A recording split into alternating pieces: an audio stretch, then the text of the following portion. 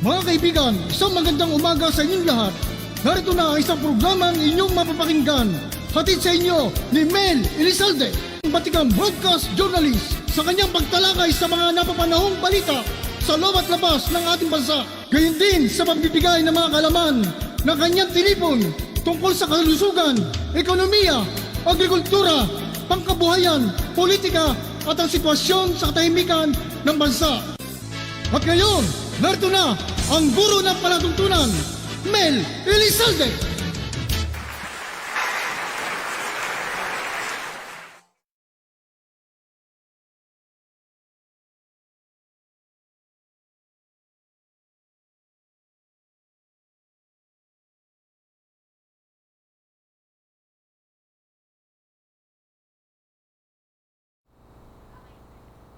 Magandang hapon po sa inyong lahat, mga minamahal kong kadiskarte. Kumusta po kayo?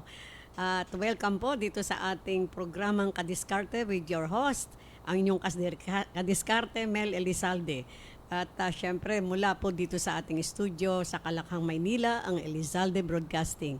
Una po, humihingi po ako ng paumanhin dahil kahapon di po ako nakapag-broadcast dahil meron po akong dumating na bisita na kinakailangan ko pong harapin. So, ngayon po ay talagang medyo magtatagal tayo dahil na-miss ko kayong lahat. So, ngayong hapon, December 6, 2022, meron po kasi tayong special report from our reporter na masipag mula dyan sa San Jose Antique, si Miss Diding Elizalde. Please, go on, Miss Diding. Pakinggan po natin reports niya.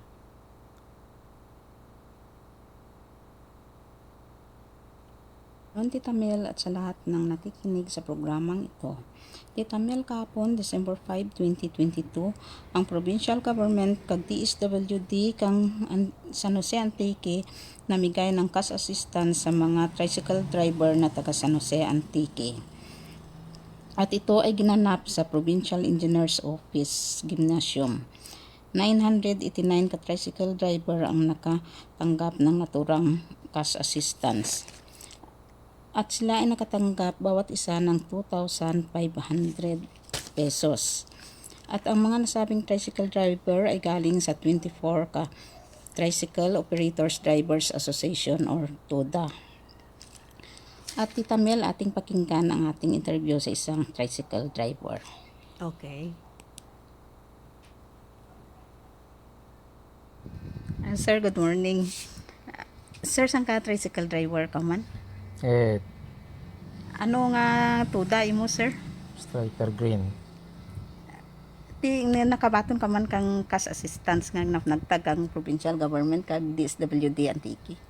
Nakabaton ko nga 2.5. Okay. Sino gani, sir? Toto Simbrano. Taga diin, sir? Sa San Fernando.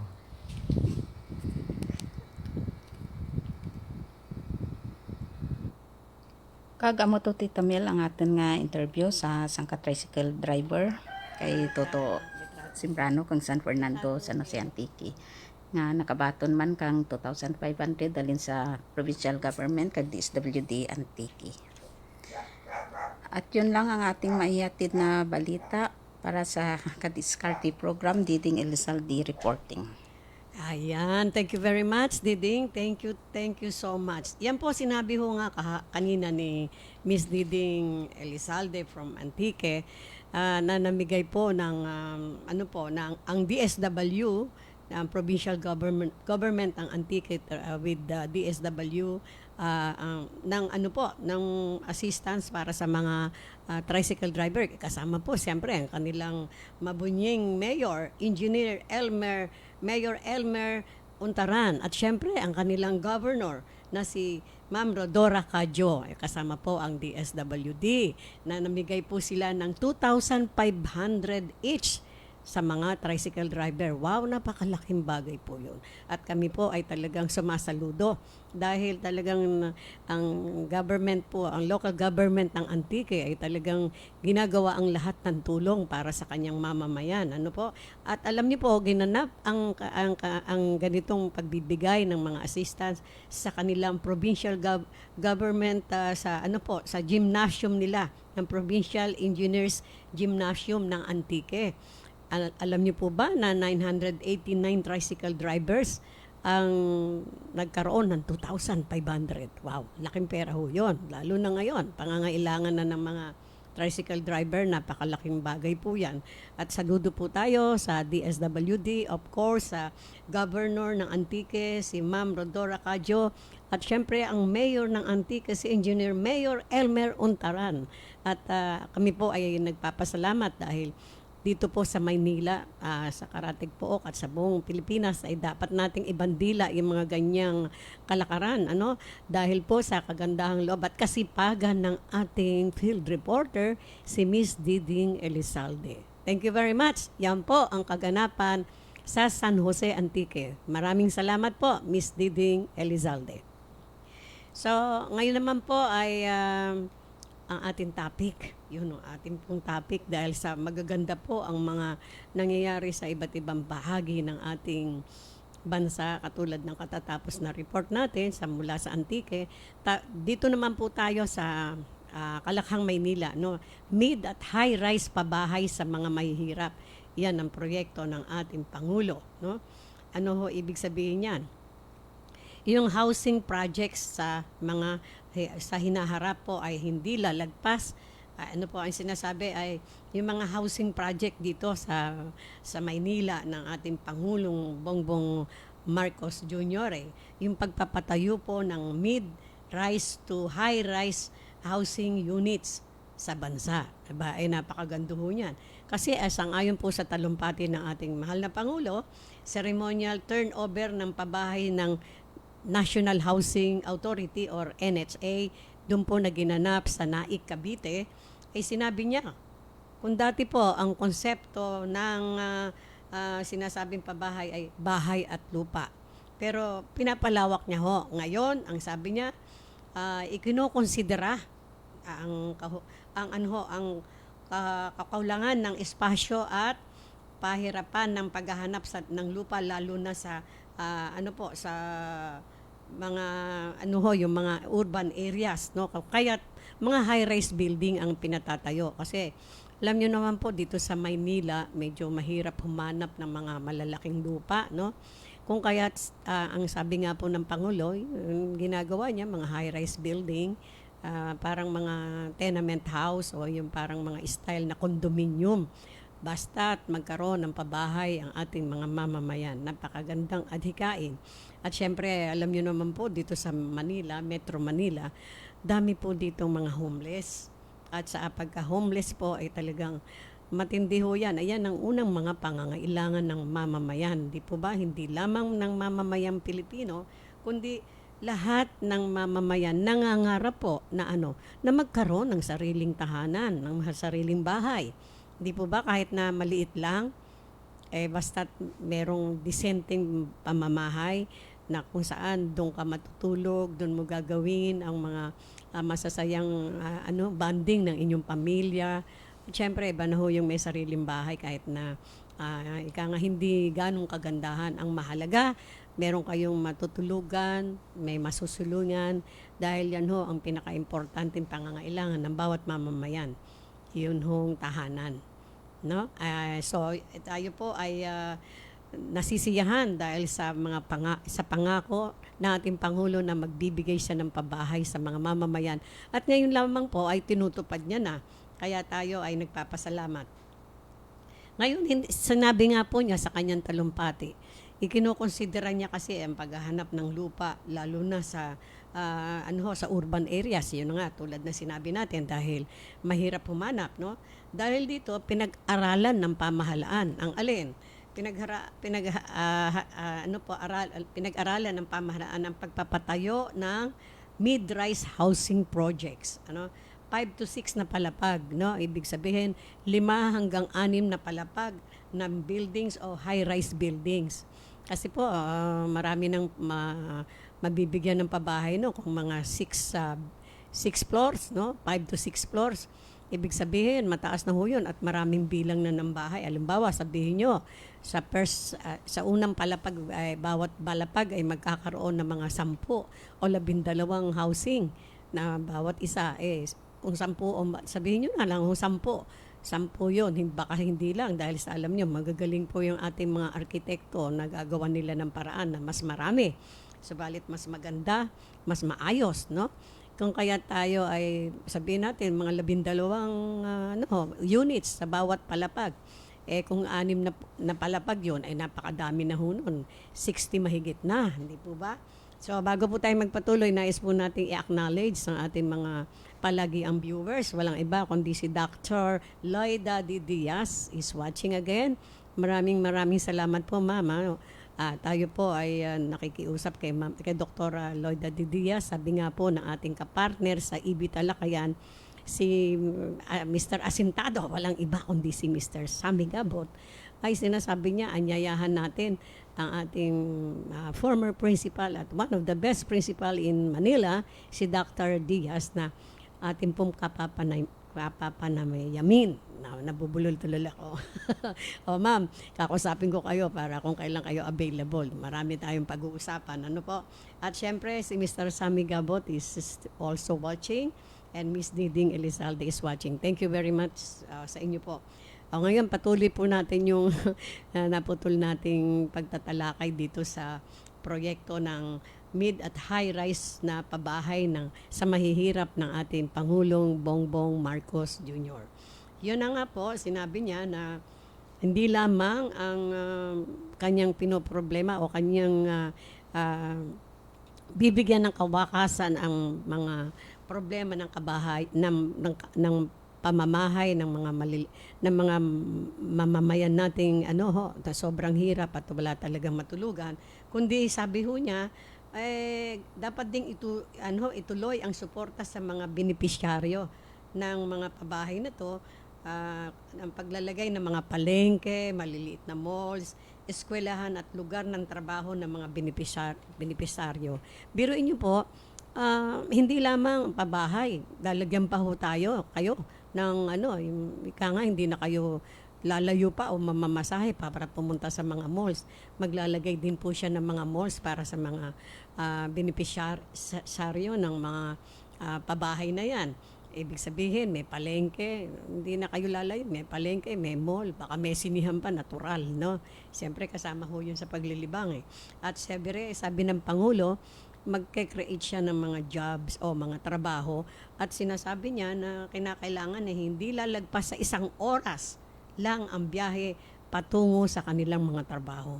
Wow! What a project! Di po ba? Talaga namang maganda at ibig sabihin talagang pinagtutuunan ng ating Pangulo ang kapakanan ng mahihirap nating mga kababayan.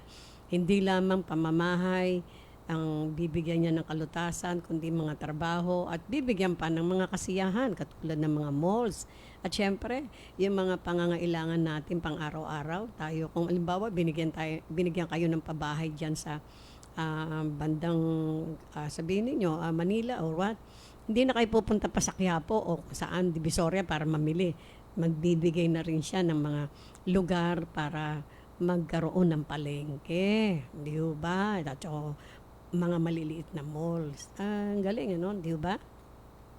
Ibig sabihin, yung mga mahihirap nating mga kababayan ay magkakaroon ng kasiyahan sa kanilang buhay. Yan ang ating pamahalaan na nagbibigay ng ayuda, hindi lamang sa pamamagitan ng pera, kundi yung long term. Alam ba yung long term?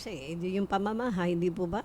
Trabaho, pamamahay, at syempre, kaakibat niyan, yung mga pangangailangan natin. Pag may trabaho ka, syempre, pwede ka nang mamalengke, no? At sa pamamalengke, para din tayo makatipid, di na kayo pupunta sa malayo, sa Quiapo, o sa Divisoria, whatever.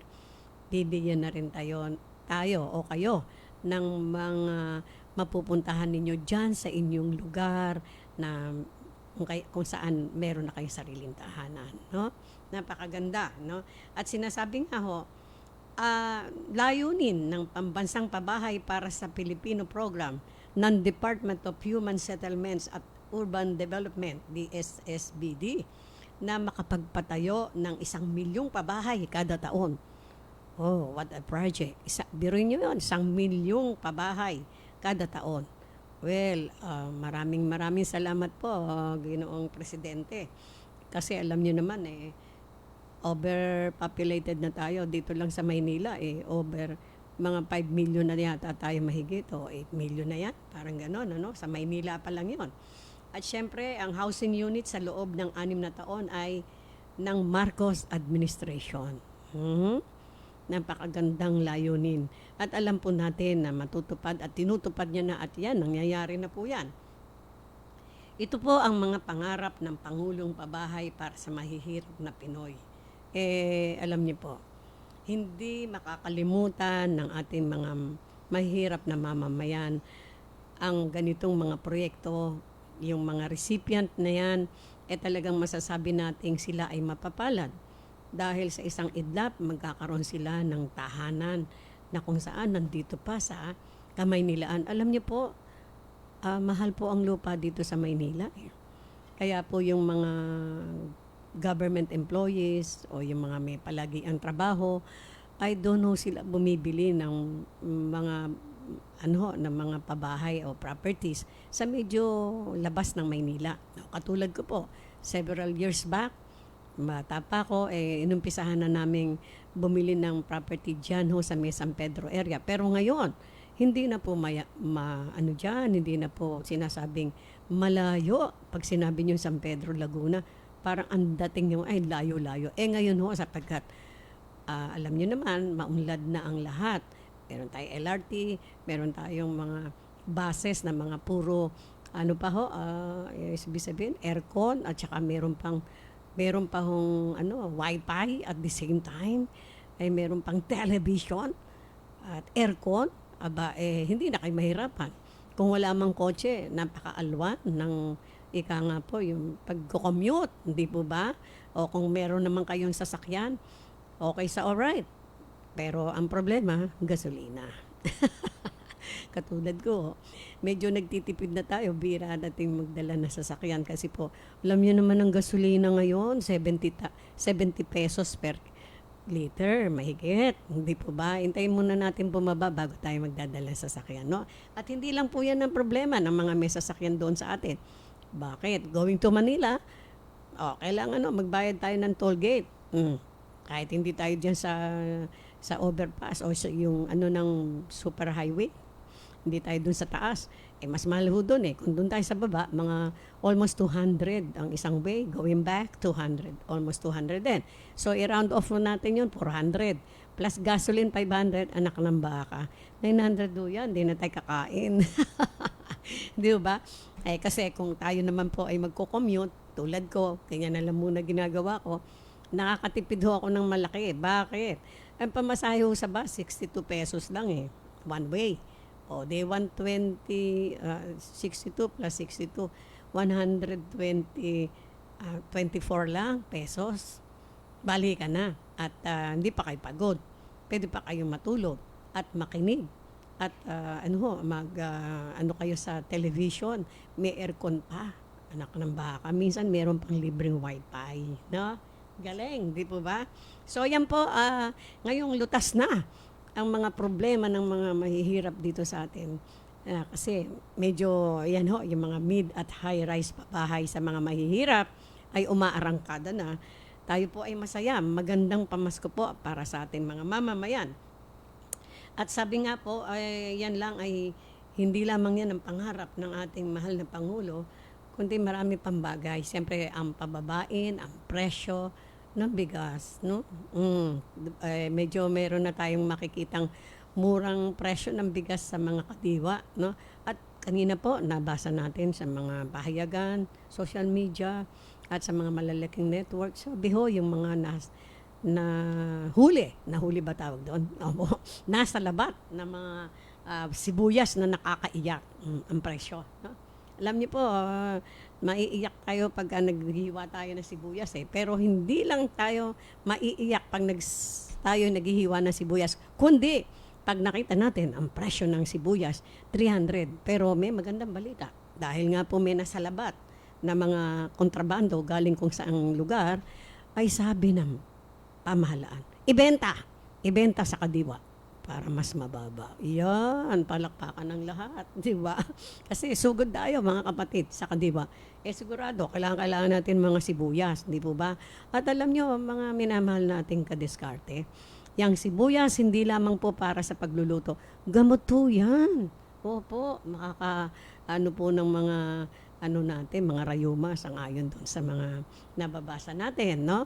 At saka siyempre, pampalasa sa pagkain. Yan, kailangan ho natin yan kasi kung di tayo makabili ng mga mamahaling pagkain, mahusay lang magluto ang nanay ng tahanan, basta may sibuyas, kamatis, bawang. Ay, nako, talagang parang umorder kayo sa big time na mga restaurant. So, ayan po ang ating mga mahalagang balita sa inyo. Huwag niyo pong kalilimutan na yung mga proyektong nakikita natin na binabalandra na sa atin ng ating pamahalaan ay dapat i-acknowledge naman natin. Kung natatandaan nyo, sinabi po ng ating Pangulo several weeks ago na makipagtulungan, tinatawagan niya ang media, no? Na makipagtulungan sa pagpamamahagi o pagpapahayag ng mga magagandang balita o anumang balita para sa mamamayan mula sa pamahalaan. Yan po talaga ang kinakailangan. Sapagkat tayong mga Pilipino, karapatan po natin na malaman kung ano ang nangyayari sa ating bayan, ano ang mga kaganapan. Kaya ito po, nandirito ang inyong lingkod. Isa sa mga adhikain po ng Elizalde Broadcasting na tumulong po tayo sa pamamahagi ng mga kaganapan, no, dito sa ating bayan. Hindi lamang sa Metro Manila, kundi sa iba't ibang parte ng Pilipinas, no? Katulad niyan, yung ating masipag na reporter na si Miss Diding Elizalde, na maya't maya nagbibigay po siya ng kaganapan doon sa kanilang lugar. Alam nyo, malayo ho yung San Jose Antique.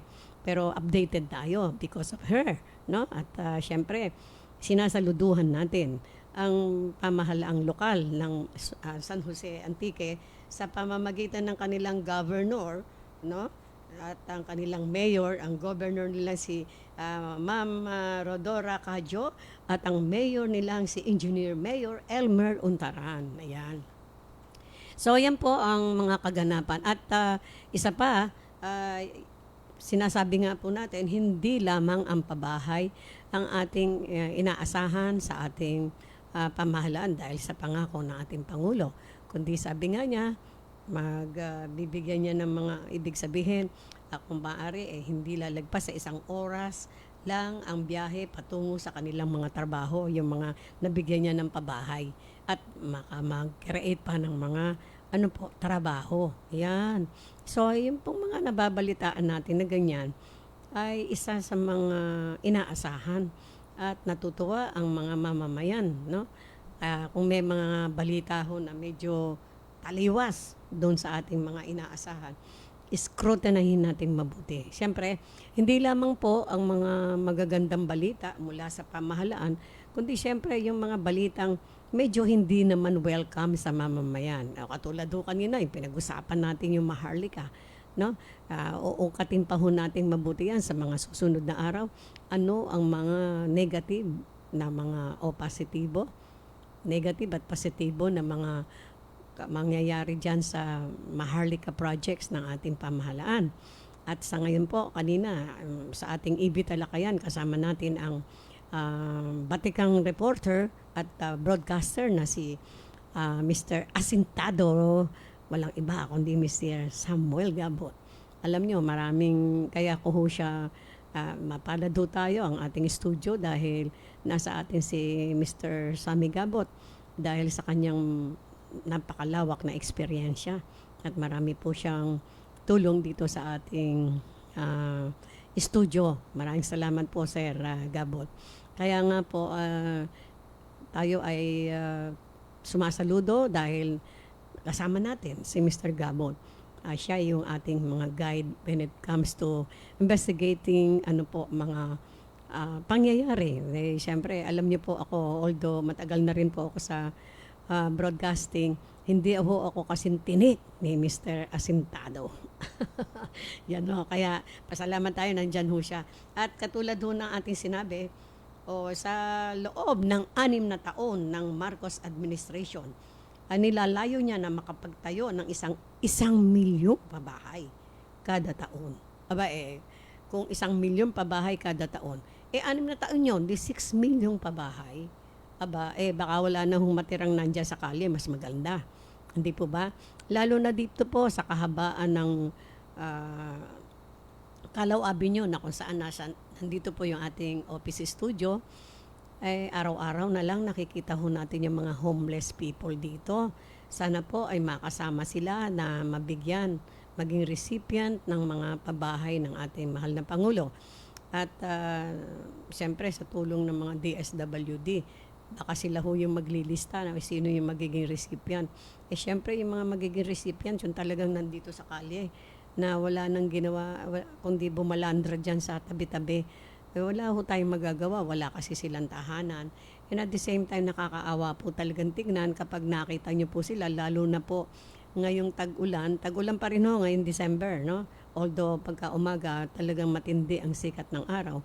Pero sa katotohanan, pagka medyo umulan na, ay medyo lalong nakakaawa po ang mga tao na yan. Dahil kung tayo nga na may sariling bahay, although malalayo, nahihirapan ho tayo. Sila pa ho kaya na walang tahanan at pag oras na sila ay binagyo, wala man lang hong pang-atip sa kanilang mga lugar at ni sapatos, no? ni sinelas, wala. Tapos kahit payong, wala rin. Minsan ako'y nag-iisip, saan kaya pag umuulan, saan kaya yung mga tao dito? Kasi lahat sila wala Hindi ko maintindihan kung saan sila nasilong. At alam nyo naman po, yung ating mga ibang establishmento na may mga bubong, na may mga space para sa mga ganyan, yung iba po medyo madamot na pinaalis po yung mga ganong mga nilalang na walang matulugan. Lalo na dito, may mga kaibigan po tayong nagtitinda at mga natutulog dyan sa karsada dito sa kahabaan ng United Nation Avenue dahil ginagawa po yung isang establishmentong kanilang pinagtitindahan. Ngayon ho, nabalitaan ko kanina na sila po ay pinaalis na doon. Nagtanong ho ako, saan na ngayon tumitira sila? Yun ho, hindi ba medyo mababother din ho kayo? Mga kaibigan ko rin ho yan kasi naalala ko po, pag nagpa-park ako dyan sa may McDonald, doon sila sa gilid, mga kaibigan ko ho yung mga nagtitinda dyan, mga kilala ko. Ngayon, wala na ho sila dyan dahil nga ho ginagawa yung building na bili na. Dati ho McDonald yung nakatayo dyan sa kanto ng Maria Orosa at saka United Nation Avenue. Ngayon nabili na ng ewan ko kung sino nakabili. Pero restaurant din ang itatayo. Pinaalis na po yung mga nagtitinda doon sa gilid. So that is a problem again. Saan ho napunta yung mga tao doon? At nalulungkot ho yung mga nandoon na mga wala na ho sila, mami. Kanina ho kasi kausap po yung doon ako nagdaan Dahil titignan ko nga ho sana sila, wala na. Yan po, tayo kasi yung mga mamamayan. Kinakailangan ho maging, magkaroon ho tayo ng compassion, empathy sa ating pong mga kababayan. Kasi pagka ganun, siyempre tayo, may sarili tayong bahay o kahit papano, sila talaga hong sakali lang. At oras na sila inapaalis, kalungkot-lungkot ho talaga. At siyempre, mababother din tayo. Saan napunta na yung mga kaibigan natin? Mababait naman ho yung mga iyan, kahit na ho sila diyan nasa kalye for so many years. Bata pa ho ako, diyan na ako nagpa-parking sa may McDonald Pagkatapos ho ng klase ko, diyan ko binabalandra yung sasakyan ko dahil marami ho akong mga kausap. mga kaibigan. So yan ho ang mga kaganapan. Kaya nga sinasabi ko, dapat tayong mga mamamayan, magkakaroon ng unity, kahit papano magkakaroon tayo ng simpatsya sa mga taong mga ganon, para ho kahit papano, alam nyo yung magandang paggawa ng mabuti para sa kapwa, nakakaibsan ho ng mga problema rin kahit tayo ay puno rin ng problema. Sige, sino po ba ang taong walang problema? Lahat po tayo meron. Subalit, pasalamat tayo sa Panginoon. Kung titignan ho natin yung ating mga kababayan na hindi lamang problemang katulad natin, financial din, kundi lahat na lang ng problema nasa kanila. Walang bahay, may sakit pa, walang trabaho. Tayo ho, pasalamat, may bahay na inuuwian. Kahit pa paano may trabaho. And so, doon pa lamang ho, makikita natin yung blessings natin. And so, kung meron tayong maitutulong, why not? Di po ba? Yun ho ang ating layunin. At yun po, sa panawagan natin sa ating local government sa Manila, sana po bigyan ng pansin itong ating mga mamamayan o mga kapatid na nandiyan po sa kahabaan ng Calao Avenue, dito po sa Maria Orosa. Pero umalis na sila dito sa United Nation Avenue, marami pa hong nakatambay dyan. Sana ho makasama sila sa mga pabahay projects ng ating pamahalaan. So, hanggang sa muli, mga minamahal nating kadiskarte. Sana po ay magkaroon tayo ng araw-araw na pagtitipon at sisikapin ko pong mangyari yon. At kung medyo hindi po ako nakakasipot at nakakapag-program, talaga hong meron lang kailangan. At any rate po, don't forget to follow us, share us, and subscribe sa ating pong YouTube channel and Facebook channel sa Elizalde Broadcasting at lahat po ng ating mga programa. So, nais ko pong batiin ang ating mga kaibigan, si Mr. Ray Navarez, bumisita sa atin ngayon. Alam niyo po, napakalaking tulong sa akin itong batikang broadcaster na to. Bagamat nasa line of 8 na siya, talagang napakagaling pa rin ho at siya yung isa sa mga mentor ko noong matagal na panahon. Of course, ang ating magaling na CPA, Mr. Ray Pabilona. Sir, ayoko ng mga ako, talagang pupuntahan ko kayo bago mag 21.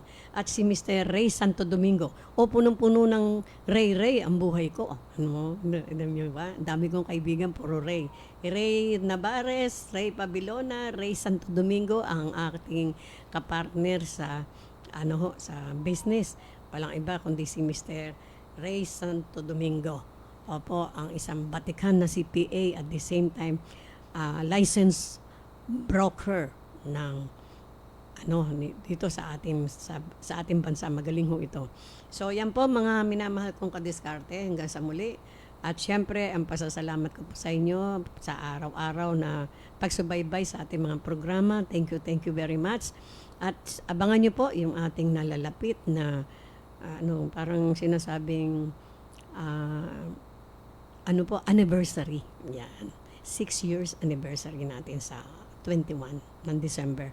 I-join us sa ating pong mga programa at saka siyempre nagpapasalamat po tayo sa mga taong nakatulong sa atin at sa lahat-lahat. So, lagi ko pong sinasabi sa inyo at pinapaalala, I love you all. Bye-bye.